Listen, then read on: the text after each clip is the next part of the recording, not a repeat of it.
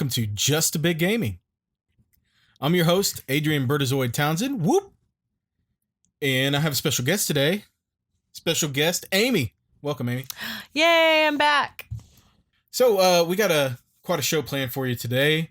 I've got several topics. I got another review I want to talk about for Xenoblade Chronicles 2. I actually beat this game before I picked up God of War and beat that. But God of War was fresh on my mind, so I had to review that one first. But this Xenoblade I've been working on for a while, so we're going to get into that. But I also have some gaming news topics that I want to talk about, or one or two specifically. Gamer Club Unlocked for Best Buy is no more, and I have some thoughts about that. Black Ops 4 was announced at a press conference last week, and I want to touch on that just a little bit, but I also had some really cool gaming pickups this past week that I would love to talk about. But before we get into all that, I would like to know what you have been playing, Amy. He asks so knowingly. So I am addicted to playing PUBG. When you say addicted, I mean she is obsessed with PUBG Mobile. PUBG Mobile, you know, it's a perfect outlet for me. It's so mobile that it makes it too easy to play.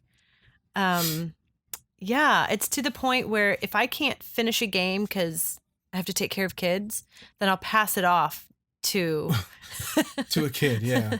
To usually our oldest, so because she can keep me going in the direction that I need. Well, not only that, but they are also just as intrigued with the game as you are. Yes, they are. And they play it every chance they get, pretty much, when you let them. But I have to share. That's hard. The thing is I don't understand, like, you're not really a gamer. I mean, you enjoy games and you'll watch me play a game, but the way you have been obsessively playing PUBG Mobile has really, like, it's shocking to me. So explain this to me. What makes you love this game so much? We have talked about in a previous podcast where I got to guest about our past with Halo 2. And, you know, I think playing this, I mean, Halo 2 is not a battle royale. But what I mostly enjoy playing is teams. Yeah. And that is what I do on that. Out of the three, that's my favorite one, is with teams. Although lately, nobody plays as a team. Everybody goes off in their random and then they all die. So they're letting me down. I do notice this is like a perfect game for you because of the social aspect of it. Oh yeah.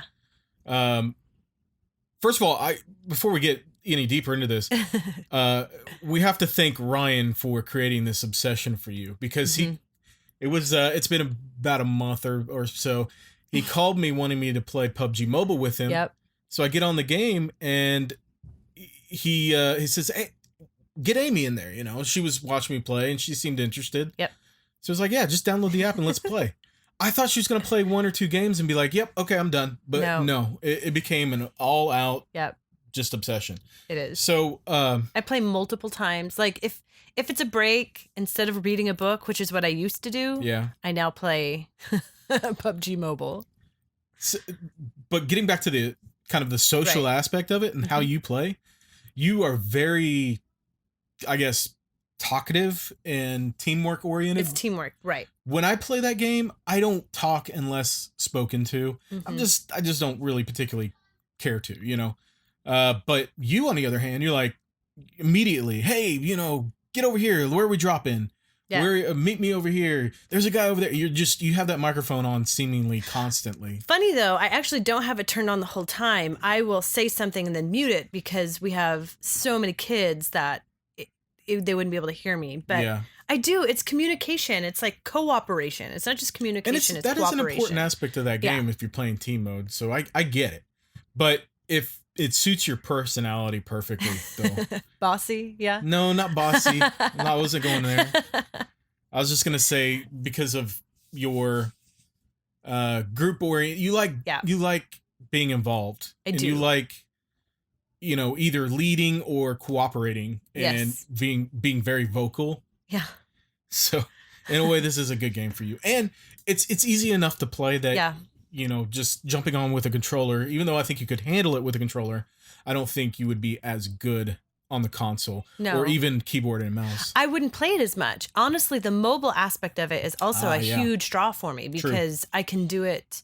Like if I'm waiting for something in the car parked, then, and I know I'm going to have some time, then I can do it. And it works on the 4G network just fine. It's really on Wi-Fi. I told you they're making it too easy. I wonder why, if you've run over your data limit yet, have you? I haven't been alerted, but I am waiting. It's going to happen. On top of that, what is it that draws you into this game? The mobile aspect is one. The teamwork is another.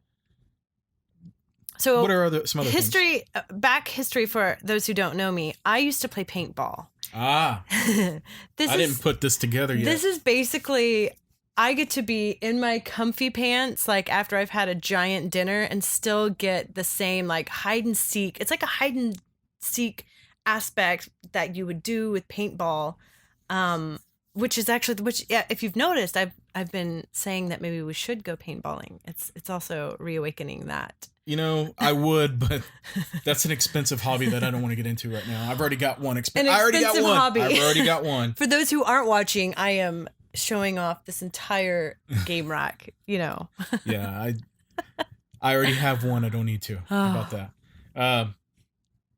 Yeah. So how would you convince somebody who maybe hasn't tried this game? What would you say to them to get them to play? Honestly, it's like a good game of hide and go seek. There's a lot of fun, like depending on how you want to play. Either I move the whole time, which is fun, and that makes it difficult for people to get me, which is really funny. Like when somebody's shooting and they can't get me and I know they're frustrated. I'm sorry. It's kind of funny to me. Or you can go and get really good at hiding and sitting down and having somebody find you, or you going out to find somebody. So it's kind of like, it's almost like being a little kid again and playing hide and go seek, where you get to hide in your closet and wait for somebody to come and find you. So you're a camper? No, I'm not a camper. I'm not a camper. I'm not. In fact, I get frustrated when I have teammates, but I stick with my team. So one thing we also discovered is that the game is comprised of a lot of bots. Yes, it's disappointing. Can you talk about that a little bit? So when I first started playing by myself after that first game, I got so excited because I thought I was just a badass at this game because I was whipping out all of these kills. Oh, so did I. Yeah. And I was so impressed with myself, and you get like this ego boost. But then I started doing some research because I am excellent at doing research on things. And I started discovering, like, one of the first articles I found said, "You're not that good at PUBG Mobile." And it was the most like deflating thing I'd ever read. But it seems like the more you play, you kind of get to where you can notice how the little person across your screen is running, whether it looks like a bot or not. Usually if you just stand there and look at it and they just look at you and don't shoot. So that's one thing I noticed that had me curious to begin with, is when I was playing that game, I haven't played very much, but there was a time or two when I played with you right there in the beginning that we would do excellent. Yeah. But there would be a lot of times where we'd come across an enemy who's just standing there. Yeah. You can hear him shooting. You can see fire coming off of his gun, but what is he hitting? Right. It's like he's aiming right at me. How is he not hitting me? To make noise, so you look that way, basically, is what it feels so like. I look over there, and I pop a few shots and take him down instantly. Yeah. I mean, it's so easy. And I was like, what is up with this? How is it that I am so good at this game, yet nobody else knows how to play this game? It just... Right. It was weird. So whenever you read that article to me, I was like, it makes so much more sense now. That's what's going on. They've populated the servers with bots for whatever reason. I don't know. I know. I've heard that they did it till level 10. Isn't that what you told me? Oh, I don't remember. That they populate the servers till about level 10. Right. And the reason they do this is to make the game easier for first timers. So they draw you in, which they did. Which honestly, I kind of like, because sometimes, like, going back to Halo 2, if you had a person who didn't play as well or is not as strong of a player, those super serious players almost make it not fun. Yeah, I can see that. So I can see how if you do it, like, even up to level 10, which it's pretty quick to get there, it makes it to where it is fun. And it's almost like it's enough of a hook to where you've had enough time to practice and to work with the controls and to kind of get familiar with the different guns and what you want to work with. I think in a way it's a good strategy, but then I don't know. No, I agree with you, because if I was to jump into this game and was immediately getting my ass handed to me constantly, I would be less likely to jump back in. I mean, I'm just saying, I don't play the game much anyway, but I'm just saying, like, it would be even more of a reason not to play it if I couldn't do good or do well. So I understand putting bots in there to kind of hook people in, and it obviously worked on you. Yes, it did. It's a good idea, I think, but the thing is you're what, a 30 now, level 30? Yeah. So she's a level 30 and she's still complaining about bots. Are you seeing them as often? Is it getting better? You know, they just did an update and now there's a new map. And so I almost feel like maybe everybody's on the new map. And I'm a bit of a stickler I enjoy doing the same map because I know it really well. I know it intimately. And so I don't know, maybe I feel like I have an advantage. And so maybe it's because more people are playing the newer map because it's more exciting. They also have the arcade aspect. Maybe people, because there's so many different aspects in the game that you can do. 2 maps, the arcade where it's like much smaller and kind of a lot quicker paced. What is arcade? From what I can see, instead of having the whole map and then the circle gets smaller and smaller, the circle starts really small. So it's kind of like a deathmatch thing. It is. It's like a deathmatch, and you can play it. I think you can play it with teams in duo because I've done it in duo. Before. But I just wonder if there's not enough people for one map, they've just got to fill it because you don't want to sit there and wait forever for somebody to get on. Right. And that was a kind of the other thing why I thought maybe they populated with bots is because you have 100 people on a game. Right. I don't know if they're taking into account, 4G cellular data that is very usage, true. Whatever the case may be, I don't know if it's more taxing on the servers or on the system or on your network to have that many people.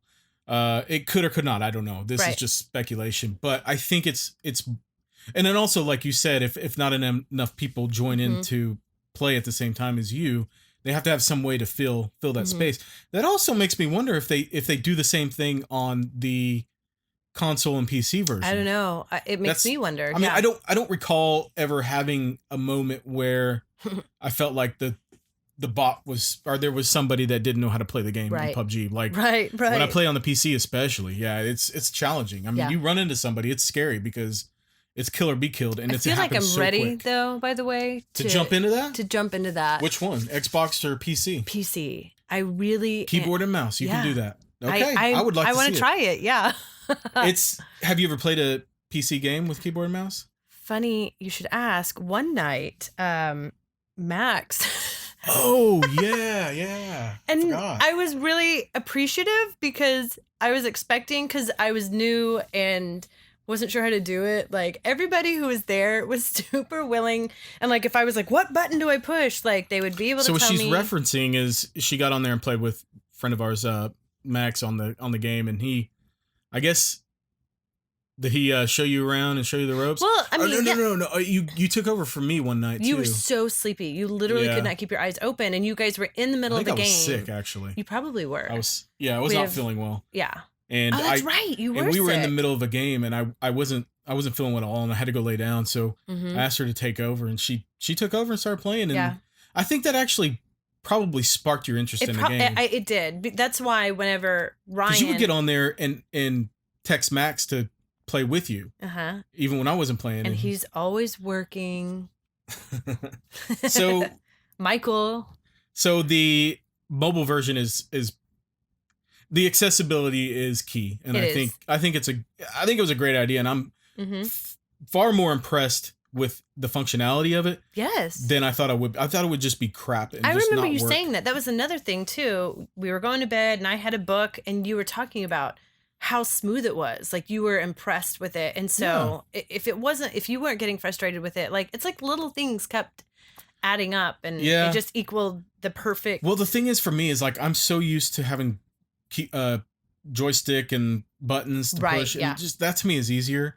When I'm using the screen, while it was fine and it worked and it was intuitive enough, my thumb kept sticking to the screen because I get sweaty thumbs, I guess. I have soft womany fingers, I guess. so they glide across. I need to put some baby powder on my thumbs.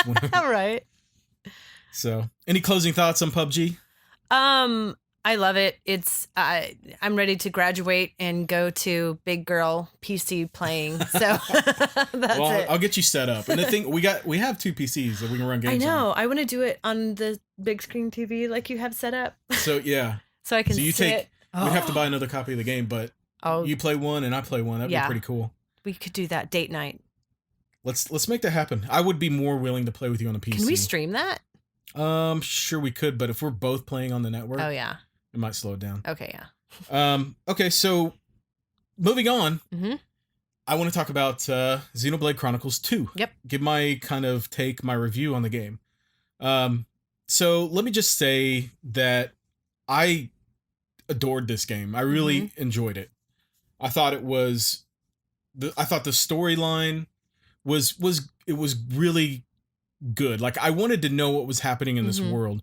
You are taking the role of a salvager named Rex, and something happens in the beginning of the game that sparks his quest to save the world.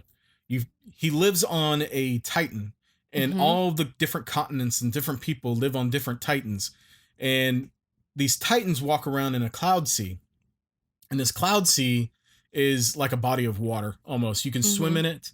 And when the salvagers salvage, what they do is they go down to the bottom of this cloud sea, pick up whatever they can salvage from the bottom of the sea and bring it back up and sell it. So when you are on the Titans, they are like worlds. Each Titan seems to have its own theme, whether it's an ice world or, a forest or a desert or something of that. And there's always a reason why that Titan is that way. Like the Titan that is always snowing and cold, it's because he's a cold-blooded and he's slowly dying. That Titan is. And that's kind of the main theme of the game, and the main quest is these Titans are dying and they are falling into the cloud sea, and it takes people with them because that's where the people live. Right. So Rex is on a quest to figure out, or he's on a quest to go to a place called Elysium. There's this big tree, and at the top of this tree is supposedly like paradise, and it holds the key to solving the world's problems with these Titans dying, and this shouldn't be happening. So that is his ultimate goal, is to get to Elysium. Right. Along the way, or at least when this starts happening, he acquires a blade named Pyrrha, and Pyrrha is what's called a oh gosh, I'm drawing a blank. An Aegis. She's like the most powerful kind of blade, and can there only be one Aegis at a time? I was confused with that. So I mean that gets in kind of story spoilers, I think. Oh, good job. We'll stop there then. You're doing an excellent job at not spoiling it. Well, I mean, maybe not. I mean, there is an Aegis. There's basically 2 Aegises, I guess. Right. And they kind of hold the key to when you get this Aegis to Elysium, that's supposed to be, what can trigger the events to basically save the world. So blades they're like other humans or other creatures that control your weapon. And when you attack enemies, they are like focusing their power into your your sword. Oh, okay. They almost, I think they generate your sword or something, or whatever weapon you use, and they are kind of the driving force behind that weapon. So they kind of stand behind you like a support character. But they also function like regular characters. They're not just kind of throwaway beings. They are actually very much a part of the story as much as anybody else in the story. Yeah. So it's kind of a weird but unique concept. It's an interesting dynamic. Like, I really enjoyed watching you because, again, I'm mostly a watcher. I consider myself a gamer, but I consider myself a spectator gamer. And it was something that I really enjoyed. I didn't feel like I get bored at any point. I don't feel like even with the gameplay during it, I don't feel like I got bored during even with the battle systems. Yeah, no. Which usually the battle system kind of gets, dull for me because I'm not doing it, but I enjoyed it. Like, I felt like maybe it's my ADD, but everybody running around, there is so much going on the screen. Yeah. And dialogue, like people are saying things, even if they're just stock computer stuff, like there's always something that was able to keep my attention the whole time. So well, let me hold that thought. And let me finish on the story just a little bit. I don't want to say anything more to spoil it, but I do want to bring a few things up. The story it's a very story driven game. I mean, it's story heavy. Yeah. Meaning you are going to sit through a ton of cutscenes, and I mean a ton of cutscenes. This game it's got a lot of gameplay, but it's equally weighted out with story, and it's all voice acted, which is awesome. Yes. And the voice acting is really well done. Top notch. Yeah, it's impressive. Very good. The characters are all likable. I mean, I agree. And the Nemesis characters. I was going to say that even the Nemesis characters, I felt invested in, like in their story part. They have reasons for doing what they're doing. And you don't agree with why exactly. the reasonings, I was going to say that. but they at least flesh out the reasons why they do it in their head. You can see their thought process, even if it's not a right thought process. Right. Oh, but they're super annoying too. They're gonna hold you back as much as they possibly can, and there are a lot of setbacks. Rex is one of these characters. He's a kid, and he's very driven, and he has a goal to get to Elysium, and there is nothing that's gonna stop him. He's got that mindset of a kid. Determination. Exactly. Yeah, like he's just not gonna stop. Not gonna stop. Not gonna stop. He reminds me of Katie. One of our middle daughter. She is very much like that. Once she gets something in her head, she's not going to stop. When she has a goal, it's not just like a bad thing. It's like when she has a goal, she will do like whatever it takes, like to get it done. Yeah, this is Rex. Rex is that character. She is Rex essentially, but his goal is to save the world. His goal is, and he will die doing so. He does not care. All he cares about is everybody else. He is a very selfless person, and I like his character because of that. He's he's a really well put together character in my opinion.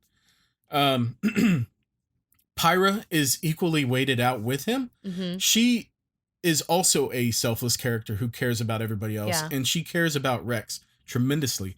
They have almost kind of a romance. They don't really say anything about it, but their connection is that these two characters get along very well, and their goal is the same, and their character dynamics they are bond awesome. over that. Yeah, and it's very believable. Right. Everything I about agree. It. The world and everything like that. What's going on with the Titans? There's a lot of unbelievable things, but the one thing they do right is character development, and I agree. That's what I love about a good RPG is character development. And I think that's what kept me going. It's like I just wanted to see these characters' journey through. Because there are some things about the gameplay that I don't approve of. Like, really, if it wasn't for the story and the characters, I don't know that I would have saw this game through to the end. Really? Because it's a long game. That's what I was gonna say. It was very long, very long. But on top of that, it's a very, very there's a lot of characters. When you got all the regular main characters and main enemies, you also have all the blades to go along with them. Right. So there's a lot of characters that you can have in your party. You find these crystals and you can bring out blades that So Pyrrha is not your only blade. You can have as many blades as you want, but you can only have 3 active blades with you. So you can put her aside and then call out another one, and then put them aside and call out another one. You know, and they're called drivers. And a lot of your characters are drivers with other blades. Who's the driver? Like Rex is the driver. Okay, so the driver, right? They drive the blade. Yeah. Okay, got it. But then you also have. There isn't a super annoying character in there that I can't stand. His name is Tora. Tora is a Nopon character. He's this little fat Caroline and I say thing. that. Meh. And he is incredibly annoying. He is so incredibly annoying. Hey, you spawned a catchphrase to me. Like, I'm familiar with the character race from the other Xenoblade games. Right. I've never been a fan of them at all. And it seems even more so annoying in this one with Is he like Tora. Xenoblade? Is he the Jar Jar Binks of the... Yes. To me, he is. Some other people may like him, but I don't know. Like, I couldn't have him in my party during battles because he's constantly... I did think... Yeah, the whole time. That's what made it stick. And it's funny, I forget people who don't play games or who haven't played that game. I'll look at them. I've caught myself a couple times going, meh, and then people have no idea what I'm doing. So that is the hazard of being a gaming wife. Well, there's other Nopons, and they're all equally as annoying. Like, do they make the noise? They don't have the same tone of voice, right? But different tones, same like speaking structure, I guess. Right. And I could totally do without that whole entire race. I'm sorry. I'm racist towards Nopons, man. I did not like them. But everybody else was great. Nia was another one of my favorite characters. She was great. Dromark was her blade. And there's other characters that you get throughout the course of the gameplay. Van Damme was good. There were some other ones. Who's the girl with the tigery thing? That's Nia. Okay, that's us. Yeah, and there's also a lot of bombs dropped in this game. I mean, story drop bombs. There's twists. That's why it was so good. Like, it always... And the silly thing about the game, like we were talking about the voice acting, a childish, girly thing, I really love the accents. Like, everybody... Yeah, I do too, actually. That's a good point. It made it feel so otherworldly to me, and it was really enjoyable and added to it. So I feel like a lot of people didn't like the accents, but for me, I agree with you. It did create that otherworldly sense. So moving on to gameplay, I guess. Right. We've already kind of touched on it quite a bit, but I want to get a little bit deeper. Like? So the battle system is not the greatest, in my opinion. Nothing is fully explained. Like, every time a new battle system is implemented, they implemented new battle systems clear up until damn near the end of the game. And they're introducing this new battle system. It's like, why are you showing me this now and not way before, when I could have been using it throughout the course of the game? And then even then, when they explain it, it's just a text box that pops up and you have to read through the text and then it goes away. And that's all you hear about it. And that's it. It's done. Like, nothing really made sense to me. Right. What made sense to me is you run on the battle, or not the battlefield, but just on the field in general. You see an enemy, you run up to them, and you can see their level above their head. So you know if this enemy is above your level, then don't, get around it. But if they're closer to your level, go ahead and fight them. But even enemies that are lower level than you, the battles take forever. Yeah, they did. So you'll run up to them and you'll start attacking, and your character attacks on his own, much like an MMORPG.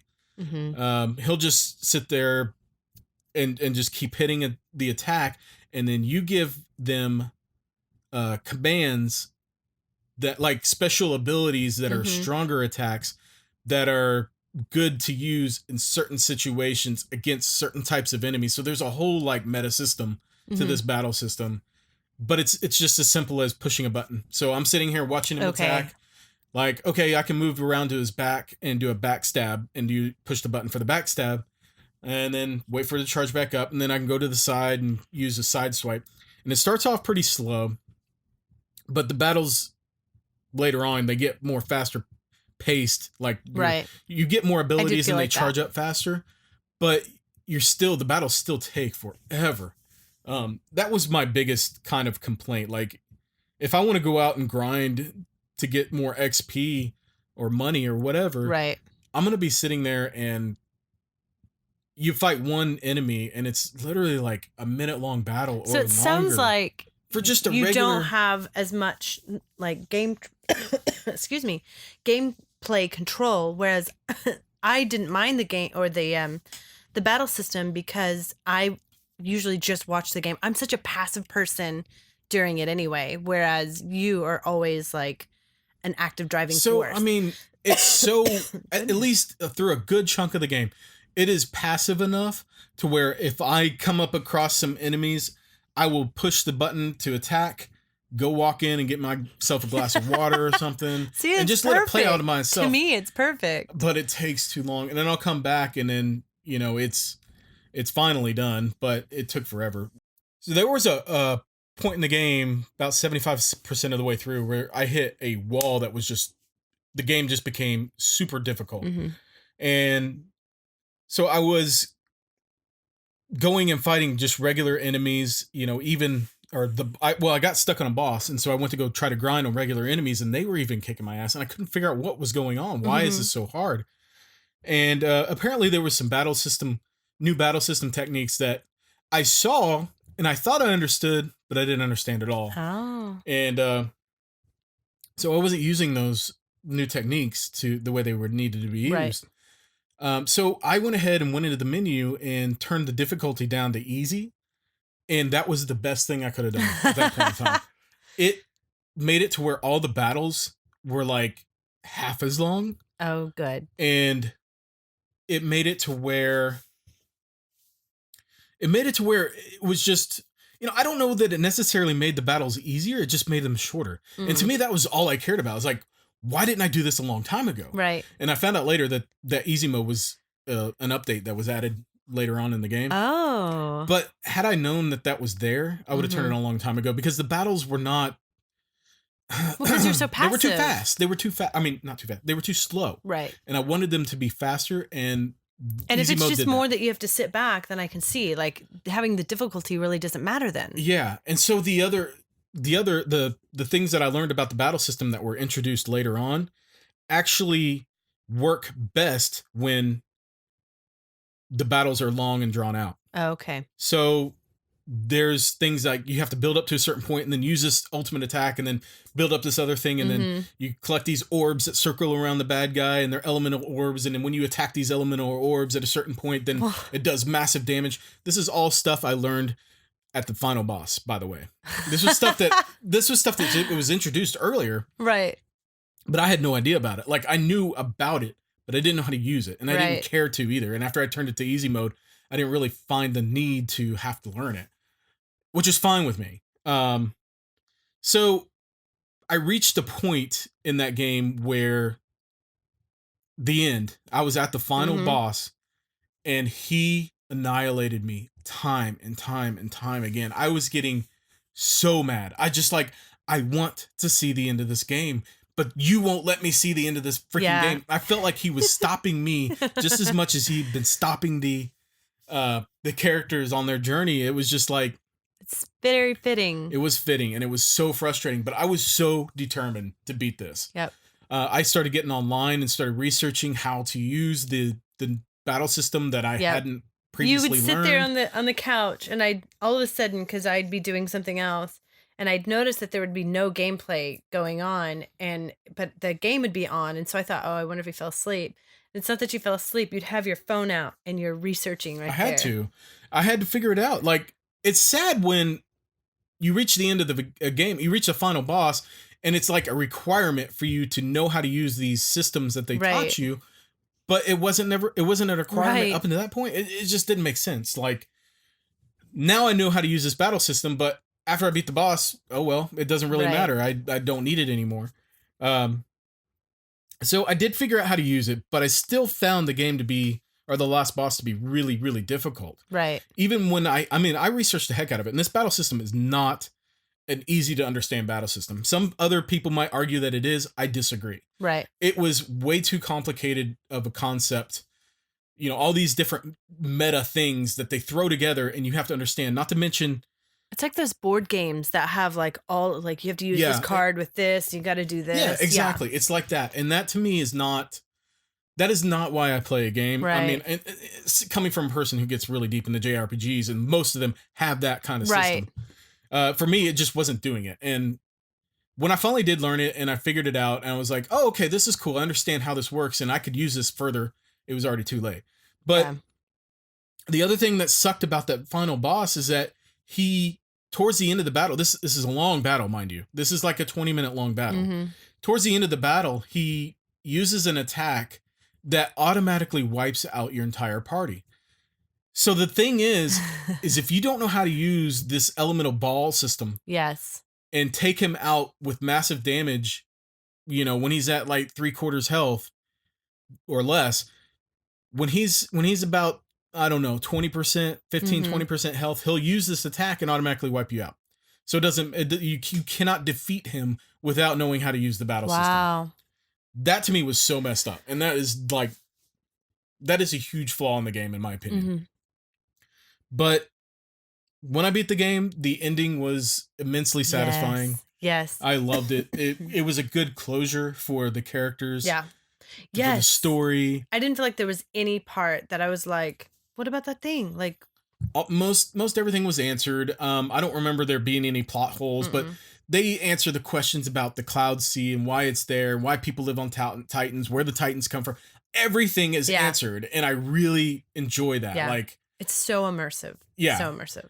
Unlike God of War, who didn't answer many of the questions that I had. Right. I mean, it was a good ending, I guess, but there was a lot of plot I was holes. expecting a much bigger.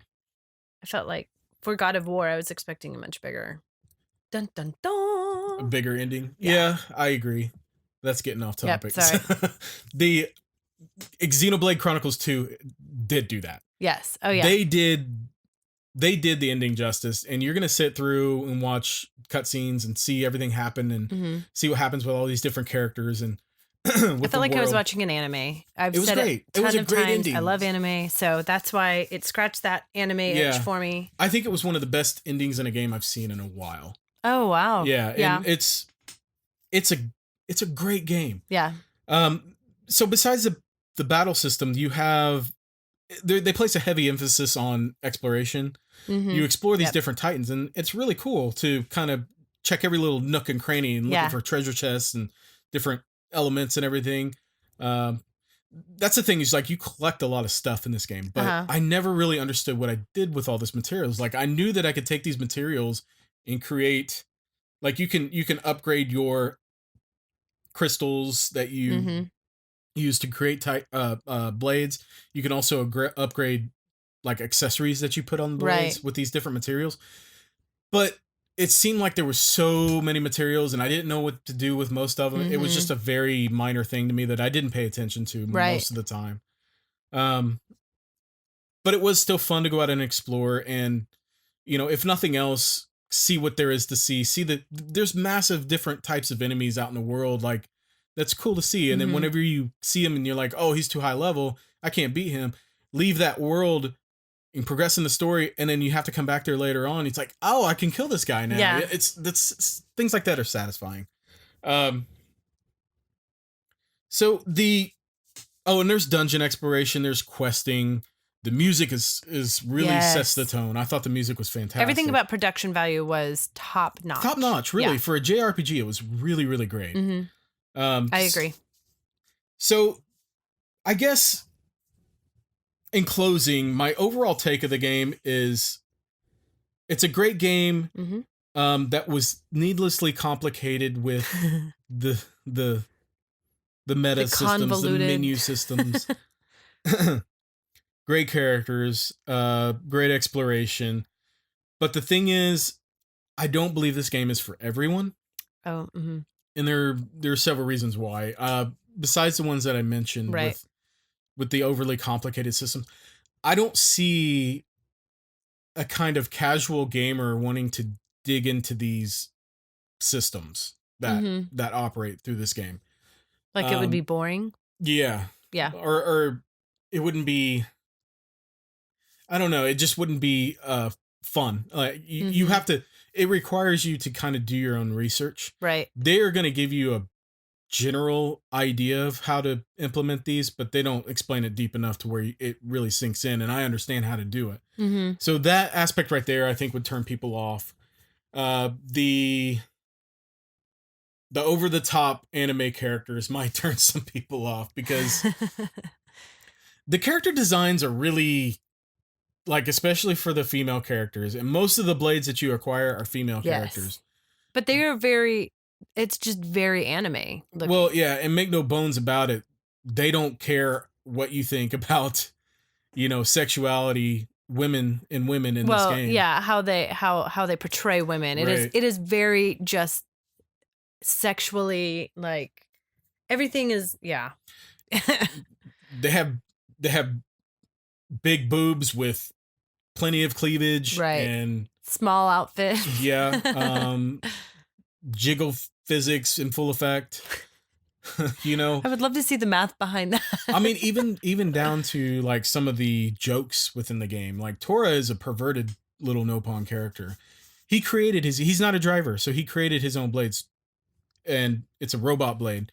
And they allude to him creating it as a sex toy. Oh, yeah, no. It was... I love that little character too. That makes it terrible. What, Tora? No. His blade. Right. I liked his blade. She's fine. Right. No, there's nothing wrong with her. Because I'm emotionally invested in her. Yeah. Now that I know that, I'm like, you're allowed to like her. She's a good character. But the thing is, Tora is not. Yep. It's really strange. And there's a really great YouTube video that I saw. Oh my gosh. I'm sorry. I should have like a reference to it, but I don't know how I could find it now. Where a guy kind of goes into the nitty-gritty of sexuality in this game specifically, and how it's portrayed in women versus men, and how in some situations it would be explained, by their character and everything, why they need to dress that way. But there was none of that really in this game. It's just done, I guess, for... It's aesthetic. It looks cool. It's an anime thing. Yep. That's, like you said, it's an anime, so... I've heard a lot of criticism from other reviewers and other people on Twitter and stuff who have played this game in the past. And one of their biggest complaints is that the game doesn't pick up fast enough for them, and they lose interest way too soon. And they say their complaint is if the game doesn't get good at till a certain point, then it's not a good game.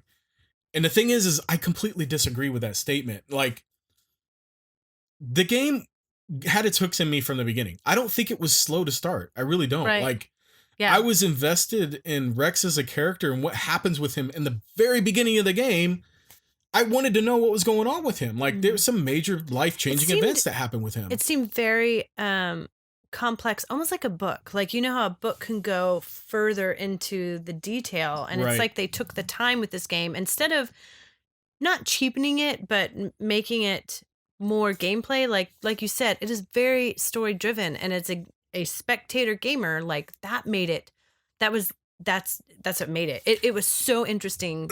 So I think I know what happened is when you get to the first real true big exploration area in the game, the storyline slows down quite a bit. The challenge goes up a little bit. I had a hard time figuring out where I was supposed to go, what I was supposed to do. And a lot of that had to do with the map system and the navigation system, which is atrocious. It's so bad. Like, you want to know there's multi-tiered levels in this game where you can go like, and there's usually like, if there's something up high, there's only one route to get there, and you have to find where this route is. And it's really difficult. Like, I wanted my navigation to point me in the right direction because I couldn't figure out where it was. And sometimes it would be as small as a little path hidden behind some trees that you didn't know it was there. In this massive, big open world, it's frustrating when you're trying to get to somewhere that you can't get to. So I think when they get to this point in the game, they don't know where to go. They start losing interest, and then they say the game is too slow. Well, the thing is I was having a hard time with that area, Right. and it almost turned me off, but I was able to finally, I stuck it out and I figured out where I was supposed to go. Good. And things picked up tremendously after that. Like after you leave that area, it's all good. So I would say if you're into JRPGs, this is a must buy, and you probably have already played it by now at this point. The game's been out for 6 months. It's so fun, and I can't recommend it highly enough. I mean, even with its flaws, it's an excellent story. If you're not into JRPGs, I say if you're curious even a little bit, go ahead and give it a try. But just be aware that it's okay to put it on easy mode. There's nothing to hold you back from getting what you need. There's no special treats or anything. Trophy. No. So I would recommend doing that. And if you need to get a guide in that first area to figure out where to go, do it. It's okay. Yeah. Just stick it out. The game is fun. So, Amy, I wanted to talk about a couple news gaming topics. The first one being the Gamer Club Unlock. Oh, I know. Unlocked. Okay. For those that don't know, Gamers Club Unlocked is a service. It's a subscription-based service that Best Buy offers. And what it is, offered at this point, what it is you pay $30 for 2 years and you get all new games for 20% off. And this is not like Amazon has a similar system that they implemented to try to compete with this, but theirs is only for Prime members, and it's only for pre-ordering and for up to a week after the game is released. With Best Buy, you get the 20% off no matter what, no matter when you purchase the game. So I would use this a lot when they would put games on sale. So a game that I want might go on sale. Like recently, what was the one I just got picked up? I don't know. Ni no Kuni 2. I was going to say Ni no Kuni. I got Ni no Kuni 2 on sale. They put it on sale for, I don't remember how much, $30 or $40. But I got an additional 20% off of that. And that set me over the edge. I was like, yeah, okay, I'm ready to jump into this game now. Right. And I have saved so much money on new games with Gamers Club Unlocked. It's incredible. So the thing is they canceled it just recently, last week, without any warning. They just turned it off, and people had to speculate on whether it was gone or not. And, you know, I don't think they ever really officially announced to anybody that it's gone. So does that mean that if somebody had just paid for it, and that means they don't have so their 2 they're saying years? there was a flyer that was circulating that was only supposed to be an internal message or email, Right. And in this email it says that current members will still receive the benefits up until the end of their 2 years, but they're not enrolling new members. So all the speculation, and then finally somebody asked on Twitter to the Best Buy execs, and they said, yeah, sure enough, it's going away. So there's been kind of a movement to try to bring it back. And the thing is they say that they're getting rid of it for a variety of reasons, and people are saying, you know, they're losing money. Well, maybe yes. Okay, I could see how they might be losing money if you're giving 20% off of games, especially on games that go on sale. Yeah, there's not much profit there, or any at all. So the thing is, in the argument that I have, and a lot of other people have, is it incentivizes me to make my purchases at Best Buy for larger purchases over other places for sure. Like, I mean, we just recently got that TV and soundbar from Best Buy. Right. I could have got it from anywhere else. The reason I got it from Best Buy was so I could get my rewards because I was already there, and I get the reward money that I could use and get $5 or $10 off my next purchases, plus my 20% off of the games, because I buy my games exclusively at Best Buy. I don't buy them anywhere else unless it's a bargain I can't pass up. Right. I don't shop at GameStop. I don't shop at anywhere else. It's just Best Buy. Best Buy had my business because of Gamers Club Unlocked. Once my membership expires, they're going to lose my business. Right. And I'm not going to be incentivized to go there and purchase, you know, big purchases like a TV or a computer or whatever the heck I may want to buy at that point. We'll just look for the cheapest one then. I will just look for the cheapest one. And pass them up altogether. It was a dumb move. It was a really dumb move, and I hope that they are just kind of retooling the system, and they'll bring it back, or they'll understand that I'm not the only person who makes my purchases there because of Gamers Club Unlocked. There's a lot of people that do So do you think this. it'll end up hurting them that they did this? Okay. I do. Yes. I think it's going to hurt them in the long run, and it might take them seeing the numbers. I don't know if they're going to look that deeply into it to see that, oh, Gamers Club Unlocked had an effect. Right. But I don't know. Maybe they're just hurting overall, and this is just one of the first steps that they need to take. Right. I don't know whatever the case may be. It sucks, and I don't like it. And well, I mean, I've always talked about this. You were like the extreme coupon lady when it comes to games. Yeah, I am. It's an expensive hobby. We've already established this. And this is how you would do it. Like when people would talk to me about it being an expensive hobby. Yes, it's an expensive hobby, but the skill that you have at finding these deals is mind-blowing. Like, why can't you do that with grocery shopping? That would I'm not interested in grocery shopping. That would help out a lot. And actually, if I was in charge of buying groceries and stuff, I probably would. It's just this is my hobby. This is what I'm out for. This is why I go garage selling. This is why I go to thrift stores. That's why I go to game shops. Whatever. It's what I'm into. I know the prices of what it is that I'm getting. It's funny that I have friends who contact me and say, "Hey, I'm looking to get this game. Where's the cheapest place I can get it?" Right, yeah. And I'll know exactly where they can go get it. Big thanks to Wario64 again and Cheap Ass Gamer on Twitter. Yep. Without them, I would have a harder time knowing this information. I feel like I know them, even though I've never met them. Oh, they're my favorite. That's my two favorite. Because you listen to it all the time. What, Cheap Ass Gamer? Cheap Ass Gamer, Cheapy D. Oh, the podcast. Yeah. Yeah. I feel like, again, I know him just because you listen. Like, even if I'm going to sleep or like we're driving someplace, I'm falling asleep and there's Cheapy D's voice in my ear. Like, or Pat Country. Yeah, Pat Country. The CU podcast. That one. I'm sorry. So podcast recommendations. The CU podcast with Pat Country is excellent. If you don't already listen to that, you're missing out. Also the Cheap Ass Gamer podcast, Cadcast.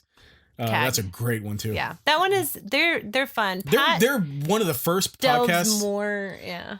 Pat's very nerdy in his talk. He gets very in depth. I can see why you love it. Oh, I love it. It's everything. It gets very in depth with stuff that I like. We have his book right here, so I love looking through that, and I mean just how thick it is. He's also into the drama.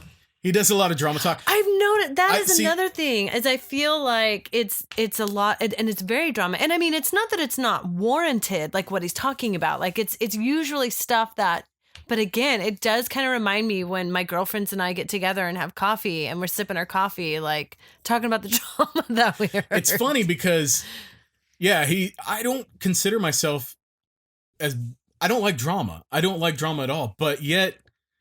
It's like your reality TV. Yeah, he gets in kind of the nitty gritty of the YouTube drama or the video game console market and drama. He's got a big opinion about it too. Oh yeah, he's a very opinionated guy. Both him and Ian are both that way. But yeah, and he has a second podcast called the CU podcast is also called this Completely Unnecessary podcast. And he's got another podcast called the Not So Common Podcast, where he interviews different people in the YouTube industry or the gaming industry as a whole, I guess. Whoever I may find interesting or, anybody. Like, he usually interviews people that I already watch on YouTube or that I enjoy listening to on podcasts or whatever else. So, or other big name collectors. It's really cool. I love those podcasts. Cheap Ass Gamer podcast, the Cadcast, that one has been around. That's one of the first podcasts I ever started listening to. Maybe that's why I feel like I know him though, is because you've been listening. I would consider them. How many years have you listened? Geez, like since, I don't know, like 2007. Yeah, it's a long time. I would consider them one of the pioneers of podcasting. I know they're not, but man, they were around back when podcasting was not a big deal. And I've been listening to them for a long time. They have a great show. But that completely derailed us off what we were talking about. Right, sorry. I think I made my statements about the Gamers Club Unlocked. Right. So, I did want to touch briefly on Black Ops 4. Mm-hmm. So they had the big press conference, and I watched it on Twitch last week. They're focusing on multiplayer in Black Ops 4, and they're not going to have a campaign. They're saying that the story is going to be interwoven into the different multiplayer aspects of the game. So they're saying that they're getting rid of all the weird jumping and wall walking and all the different futuristic stuff, and they're going to be feet to ground, is what they said. That's actually exciting to me because I think that's why I enjoy World War II so much. Mm-hmm. Call of Duty World War II, you don't have all these abilities, and it's like stripped down back to the basics, the way I like Call of Duty to be played. Right. So they're going back to that, which is cool, and they're gonna have big bigger kind of big team battle maps. Mm-hmm. They're also gonna have like story modes for zombies. Ooh, I always like zombies. They're gonna have like 3 different campaigns, multiplayer campaigns for zombie mode. I'm not sure how I feel about that. Like, zombies to me is, while it's fun, it gets kind of boring after a while. I guess if you had a good team of players, right, it could be fun. But even back when I used to play zombies a lot, like on World at War, I got bored with it relatively quickly. You get to a certain point, you die, and then you start over again. You're just trying to get further and further. But that just seems like all games to me, though. I guess it's just not a style. But that it's I not. enjoy. But it's not like the story can really change. Like, it's always a zombie. It's always, so I can see it's different. You could plan out different ways to fight the different waves of zombies, but I don't know. It's that part of it. While it's interesting, I don't know that I would put much time into it because I won't have a full team of people to play with me. Right. And I'm not going to go out there and randomly join up with other people and try, like you would. Yes.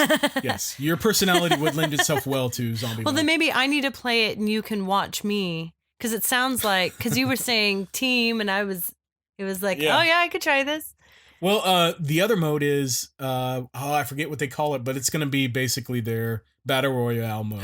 See, you're speaking my language. That interests me. I know in a previous podcast I said that I don't think Call of Duty would lend itself well to a Battle Royale mode, but after thinking about it again and how they're going to ground everything and listening to their enthusiasm about the mode and the game, I'm actually really interested to see what they have to offer. They're saying the fast-paced action of Call of Duty in a Battle Royale setting.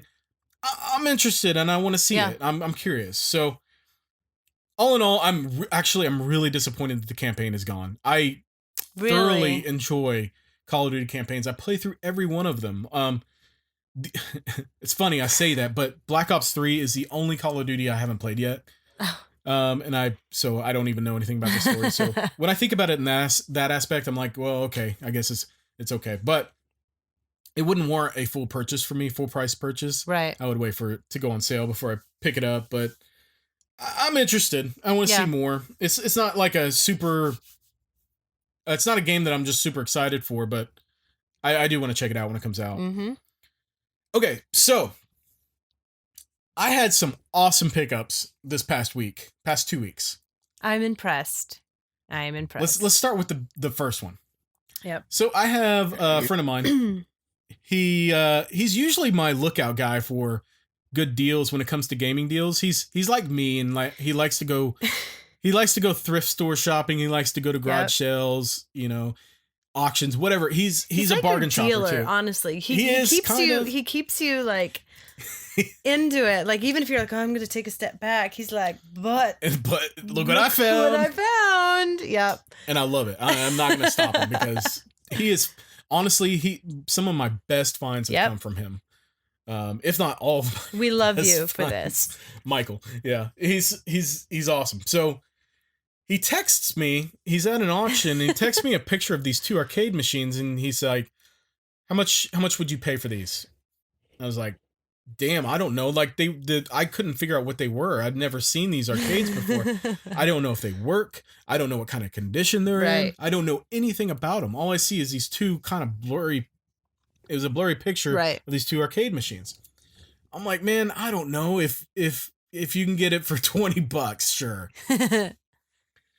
So he starts texting me again. He said, "Do you want it? Do you want it? Want it?" And I didn't get it. And then all of a sudden he calls me, and I pick up the phone. He's like, he's like, how much you want to pay for this? And I was like, oh man, I really don't know. Too late. I bought it. I was like, what? Wait, what? What? How much did you pay for these?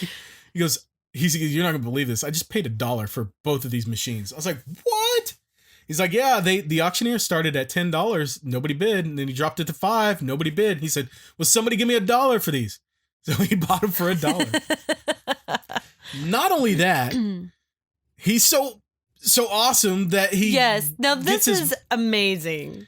He takes his Tuesday, it was last Tuesday, he and his mom has a trailer, and he and his mom went and picked up these machines and brought them to my house, which I thought was incredible. Like, I could have got them myself, and I was trying to work out a way that I could go get them myself with him or something.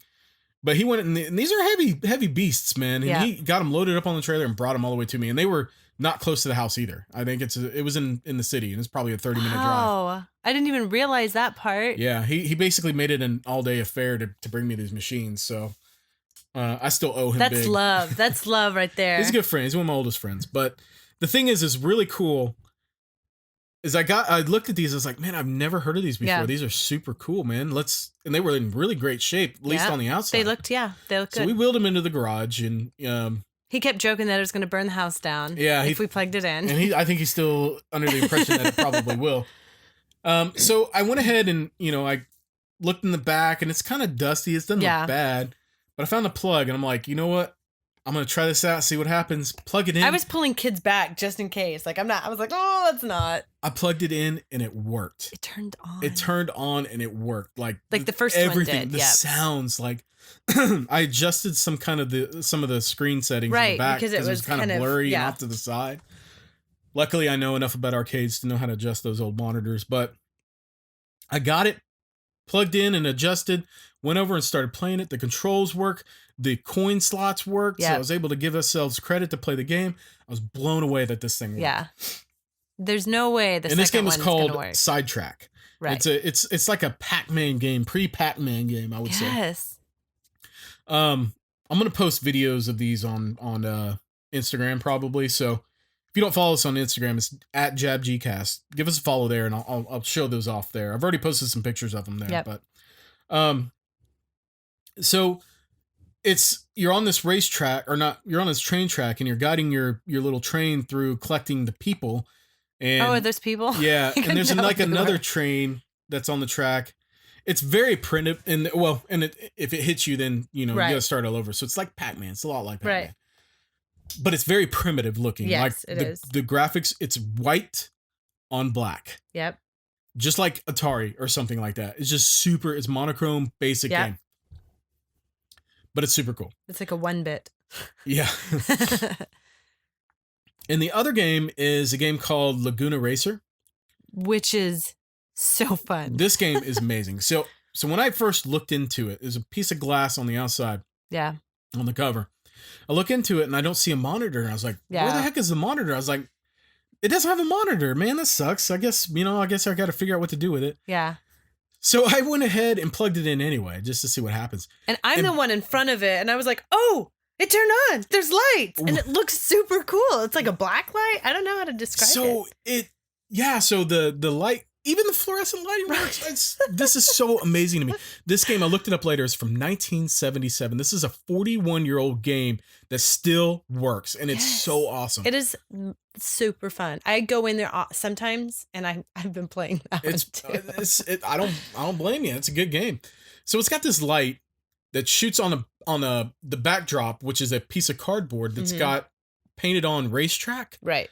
And it's got neon greens, reflection, and stuff on it. So when this light hits it, it's like a fully neon interior that looks so good.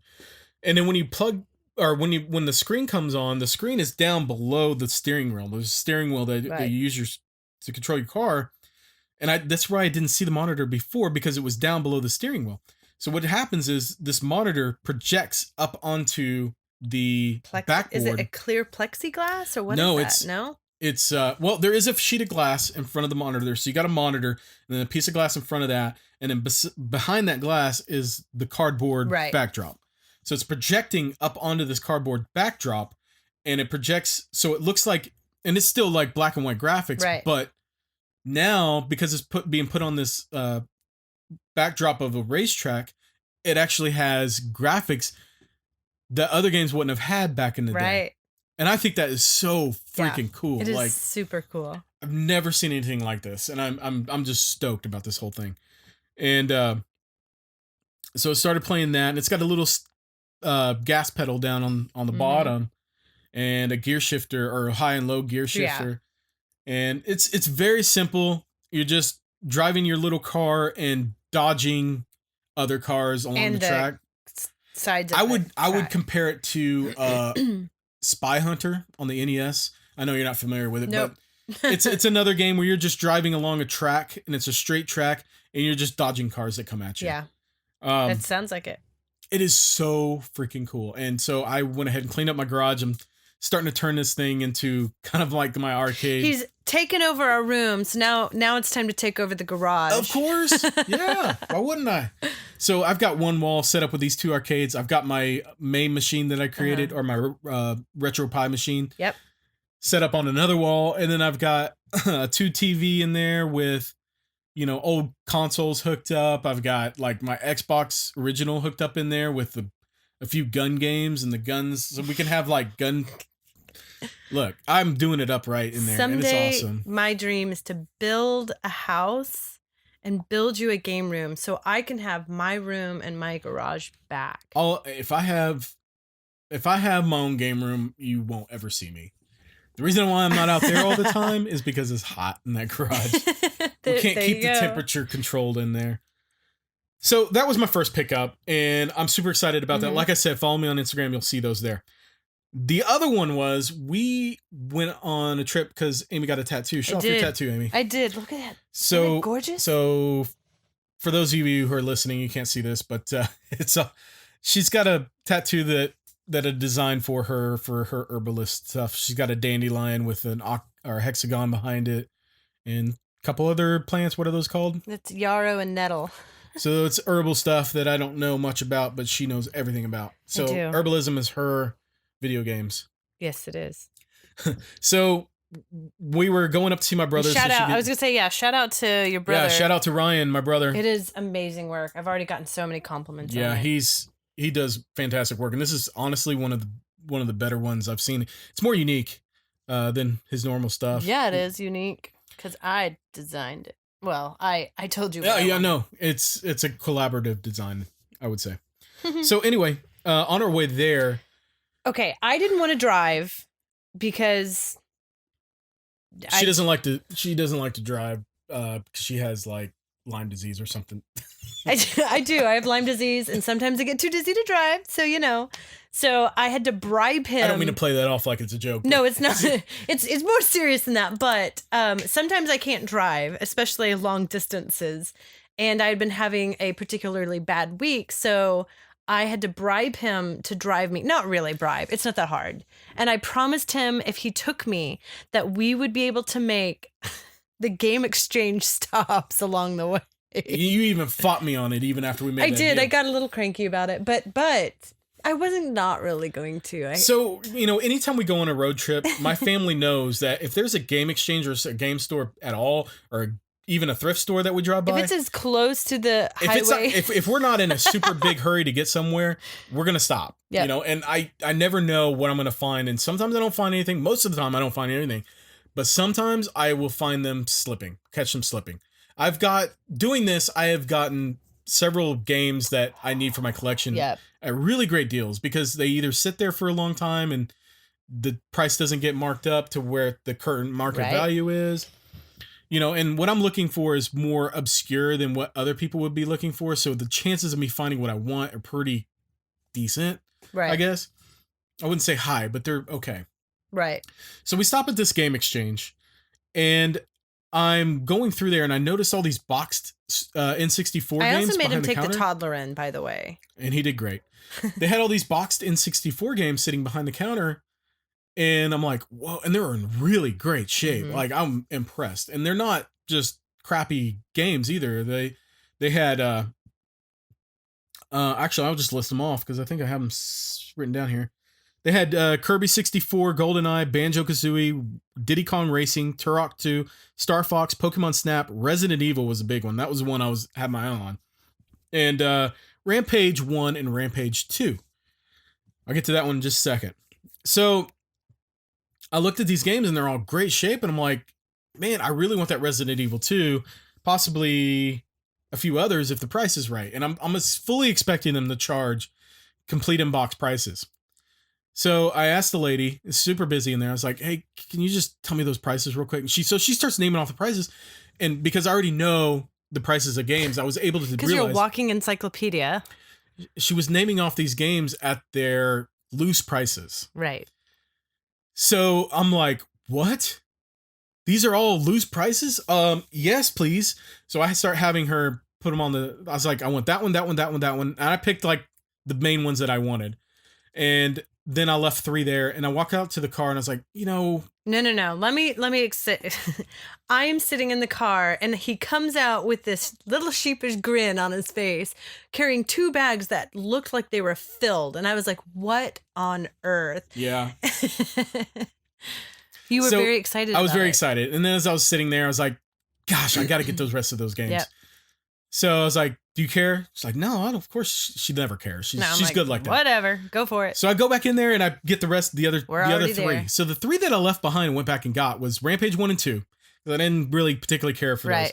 And I think, I don't remember. It was another game that I wasn't really sure about getting.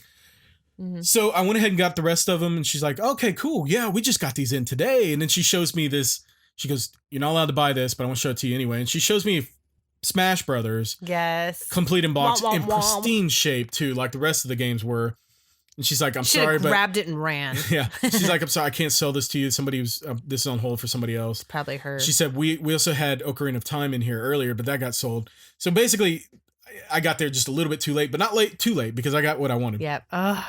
So I find out later, this Rampage 2 that I picked up is in a big box. And I'm like, this is super weird. Like, why is this in a big box? And I look on it and it says, free inside Rampage Baby. And I was like, what is Rampage Baby? And it's like a keychain, kind of like a Beanie Baby, I guess. Right. And I think that's what they're referencing. So I'm like, oh, that's cool. So I did some research on it to figure out, how I could get the keychain. I kind of wanted to get the keychain. Come to find out that the keychain is extremely rare and very hard to find. And I think there's like 6 collector documented cases of people having the keychain. So that's how rare it is. The box is like, and I saw 2 completed eBay listings. If you have the complete in box with the keychains, it's worth like, one sold for $1,300. The other one sold for $1,700. Holy moly. Which is insane. So I came to the realization that I can't get the keychain, but the box itself is probably worth, at least half that amount. I'm guessing probably in the $500 to $1,000 range, $500 to $1,000 range. So that, if I sell that, that pretty much pays for all the other games that I got. I'm super happy about that, but I don't know. I might just keep it. It was funny though, because this always happens to you. This is like the luck that you have. Maybe I'm ruining it. Knock on wood. Like, I'm trying to go to sleep because we were going to get up so I could get my tattoo. And he comes in. He's like, Amy, look at this. And I'm trying to like, what is it? Because he had already like looked up the prices because he's good with that. And he's so excited. And I had to realize what was going on. And it was funny. You were like a little kid. Absolutely. It was exciting. Treasure. Like, it was a treasure. It is a treasure. The thing is based upon my research, it's really hard to find any information. A lot of people didn't even know this existed till about 7 years ago. Wow. Or 9 years ago, somewhere around there. But anyway, it is so unknown and so rare. Like, there's only, I think, with the box, collector documented like 11 or 12 people with this. Right. So I am one of those people now who has this, and to me, as a collector, cool. That is super exciting. That's super cool. So that's my story. I love it. I'm going to post this picture of this on my Instagram account as well, if you guys want to see it. But I'm gonna go ahead and close out the show. I think I've filled out our time quota for the for this episode. So. Yeah. Amy, it was fun having you on. I love doing it. Thanks for doing this with me. Ryan will be back next time for our 1-year anniversary show. What? Yeah. He was sick this week. That's why he couldn't be here. But if you guys want to find us, go to jabgcast.com. That's JABGCAST.com. You'll find all of our social media links and all the ways you can listen to us there. Thanks for listening, guys. Bye, See you next guys. time.